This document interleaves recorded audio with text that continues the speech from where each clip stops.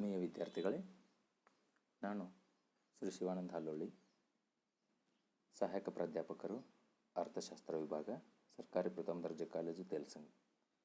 ಪ್ರಸ್ತುತ ಕಾಲೇಜು ಶಿಕ್ಷಣ ಇಲಾಖೆಯ ಮಹತ್ವಾಕಾಂಕ್ಷಿ ಯೋಜನೆಯಾದಂಥ Karnataka learning management system LMS ಅಡಿಯಲ್ಲಿ ರಾಣಿ ಚೆನ್ನಮ್ಮ ವಿಶ್ವವಿದ್ಯಾಲಯ BA 6ನೇ ಸೆಮೆಸ್ಟರ್ಗೆ ನಿಗದಿಪಡಿಸಿರುವಂಥ ಅರ್ಥಶಾಸ್ತ್ರ 2ನೇ ಪತ್ರಿಕೆ ಇಂಡಿಯನ್ ಎಕಾನಮಿ ಭಾರತ ಆರ್ಥಿಕತೆ ಪತ್ರಿಕೆ 2ರ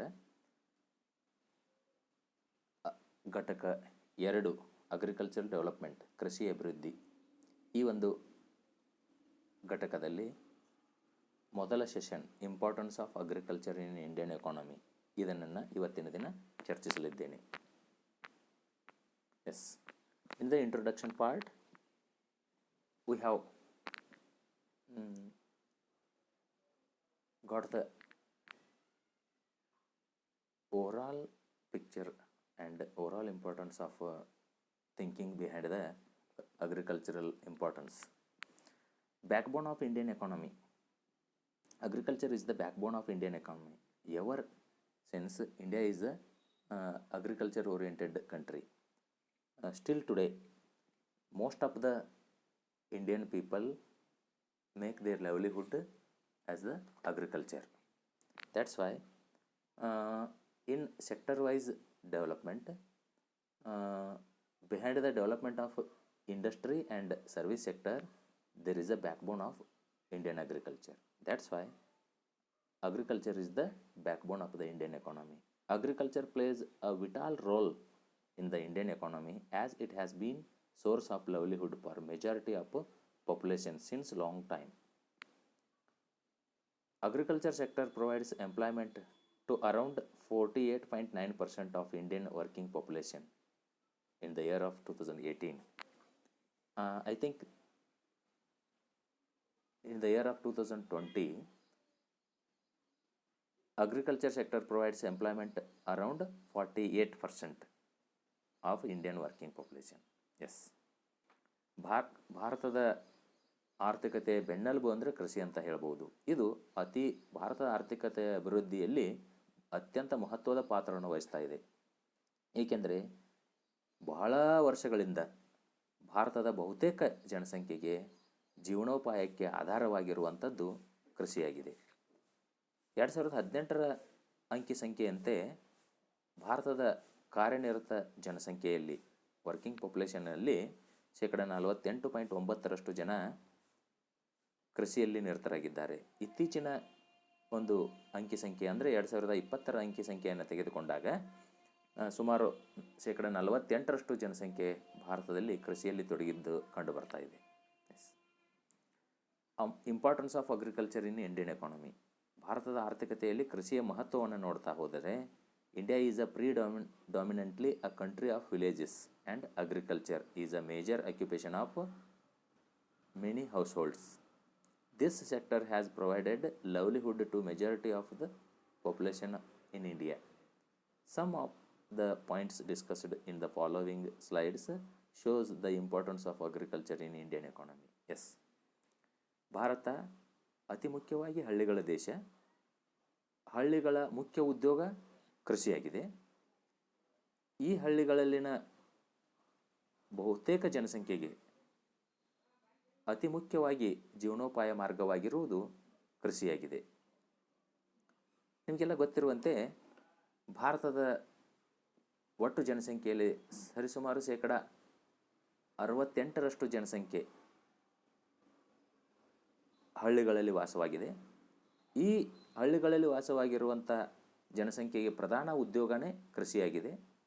ಇವರೆಲ್ಲರೂ ಪ್ರತ್ಯಕ್ಷವಾಗಿ ಮತ್ತು ಪರೋಕ್ಷವಾಗಿ ಕೃಷಿಯ ಮೇಲೆ ಅವಲಂಬಿತರಾಗಿದ್ದಾರೆ ಅಂತ ಹೇಳ್ಬೋದು. ಆದ್ದರಿಂದ ಭಾರತ ಆರ್ಥಿಕತೆ ಅಭಿವೃದ್ಧಿ ಆಗಬೇಕಾದರೆ ಕೃಷಿ ಪ್ರಮುಖ ಪಾತ್ರ ವಹಿಸ್ತದೆ. ಕೃಷಿ ಅಭಿವೃದ್ಧಿ ಆದರೆ ಭಾರತದ ಆರ್ಥಿಕತೆ ಅಭಿವೃದ್ಧಿ ಆಗ್ತದೆ. ಮತ್ತು ಭಾರತದ ಬಹಳಷ್ಟು ಬಹುಸಂಖ್ಯಾತ ಜನರಿಗೆ ಅಂದರೆ ಸರಿಸುಮಾರು 68% ಜನಸಂಖ್ಯೆಗೆ ಇದು ಪೂರಕವಾಗುತ್ತದೆ ಅಂತ ಹೇಳ್ಬೋದು. Yes, importance of the agriculture in Indian economy. Importance of agriculture in Indian economy ಅಂದಾಗ ಈ ಅಂಶಗಳ ಮುಖಾಂತರ ನಾವು ಭಾರತದ ಆರ್ಥಿಕತೆಯಲ್ಲಿ ಕೃಷಿಯ ಮಹತ್ವವನ್ನು ತಿಳಿದುಕೊಳ್ಬೋದು. Agriculture contributes to national income. Agriculture plays vital role in generating employment. Agriculture provides food to the people of India. Agriculture contribution to capital formation. Agriculture development of it encourages development of industrial and service sectors. Agriculture supply of raw material to agro-based industries.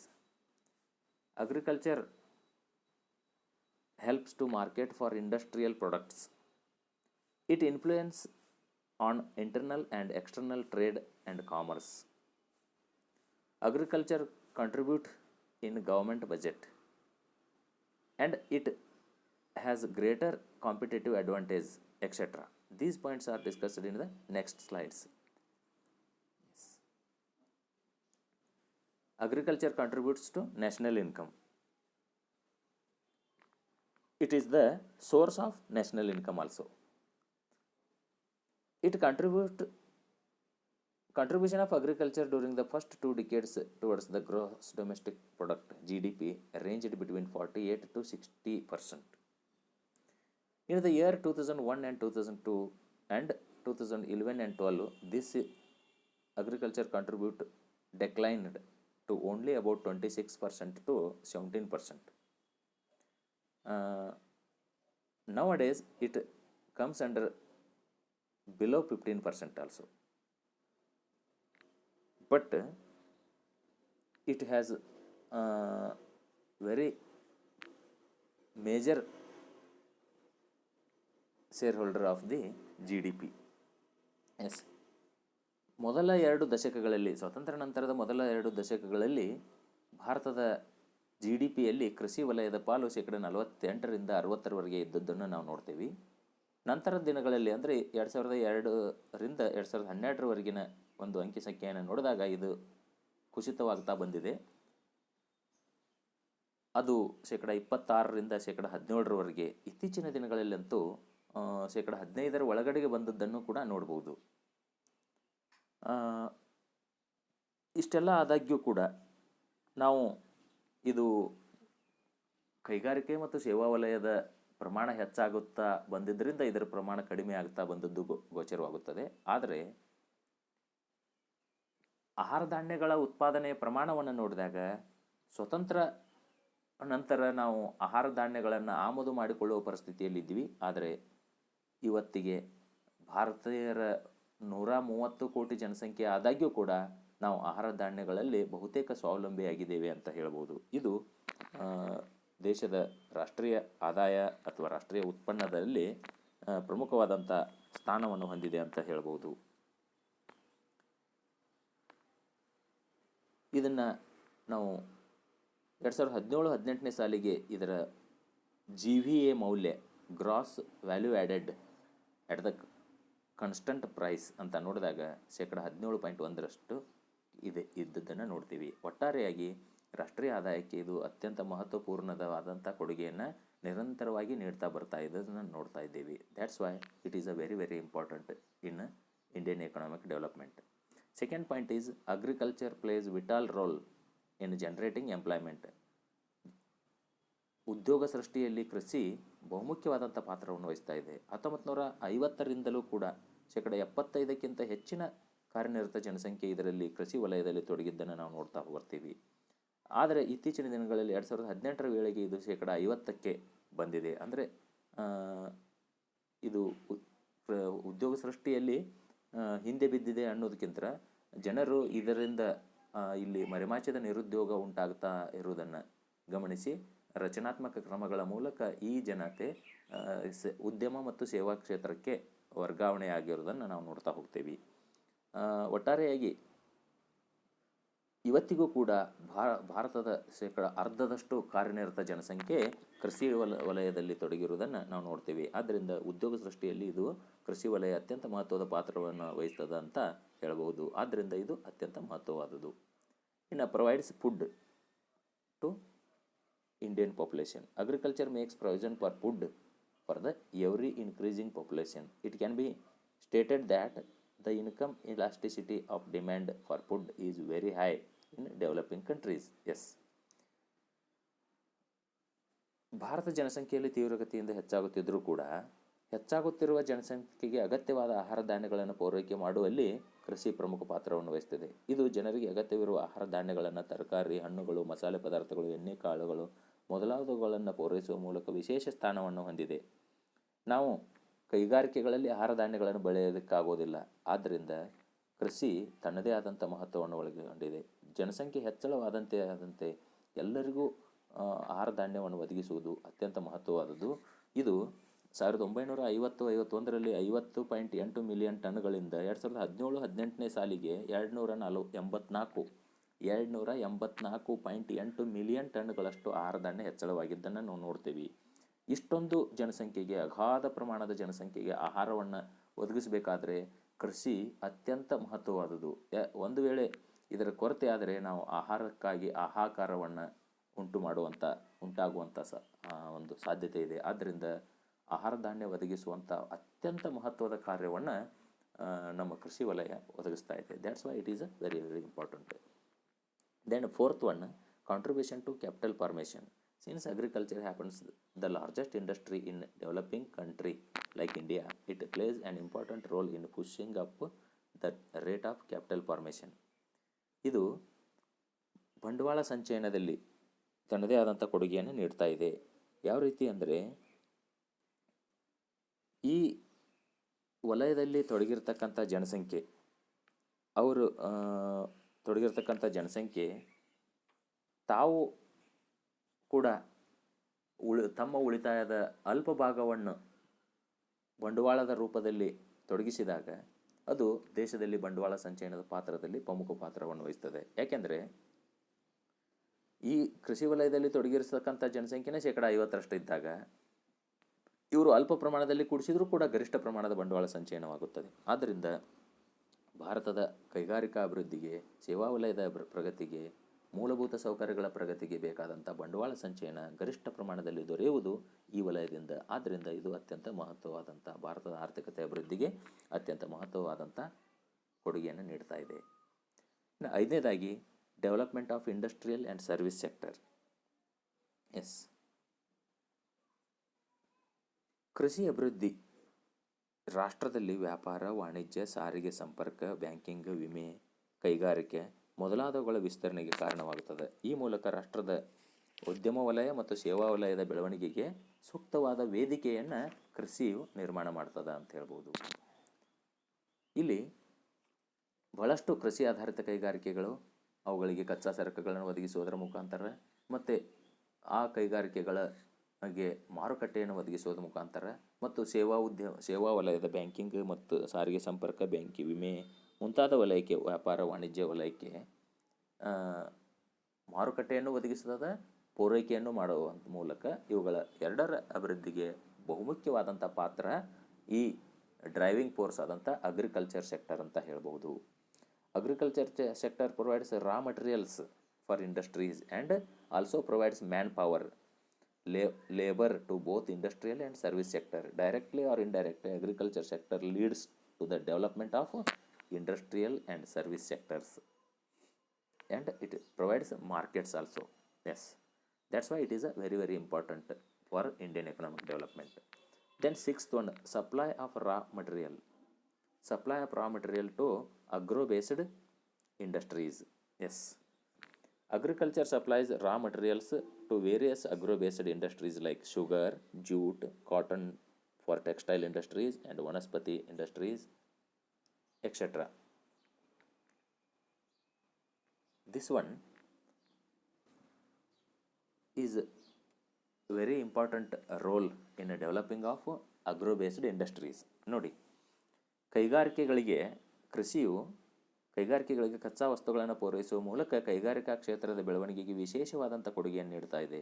ಕೃಷಿ ಆಧಾರಿತ ಕೈಗಾರಿಕೆಗಳಾದಂಥ ಸಕ್ಕರೆ ಕೈಗಾರಿಕೆಗೆ ಕಬ್ಬನ್ನು, ಹತ್ತಿ ಬಟ್ಟೆ ಕೈಗಾರಿಕೆಗೆ ಹತ್ತಿಯನ್ನು, ಬಟ್ಟೆ ಕೈಗಾರಿಕೆಗೆ ಹತ್ತಿಯನ್ನು, ಸೆಣಬು ಕೈಗಾರಿಕೆಗೆ ಸೆಣಬನ್ನು, ಎಣ್ಣೆ ಕಾಳುಗಳನ್ನು ಮತ್ತು ಇತರೆ ಕಚ್ಚಾ ಸರಕುಗಳನ್ನು ಪೂರೈಸುವ ಮೂಲಕ ಬಹಳಷ್ಟು ಉದ್ಯಮಗಳು ಕೃಷಿಯನ್ನು ಆಧರಿಸಿ ಅಭಿವೃದ್ಧಿಯನ್ನು ಹೊಂದ್ತಾ ಇರುವುದನ್ನು ನೋಡ್ತಾ ಇದ್ದೇವೆ. ಆದ್ದರಿಂದ ಕೈಗಾರಿಕಾ ವಲಯ ಅಭಿವೃದ್ಧಿಗೊಳ್ಳಬೇಕಾದರೆ ಕೃಷಿ ವಲಯದಿಂದ ಈ ಕಚ್ಚಾ ಸರಕುಗಳ ಪೂರೈಕೆ ಯಥೇಚ್ಛ ಪ್ರಮಾಣದಲ್ಲಿ ಆದಾಗ ಮಾತ್ರ ಅದು ಸಾಧ್ಯ. ಆದ್ದರಿಂದ ಇದು ಅತ್ಯಂತ ಮಹತ್ವದ ಪಾತ್ರ ವಹಿಸ್ತದೆ ಅಂತ ಹೇಳ್ಬೋದು. Then market for industrial products. Yes, ಕೃಷಿಯು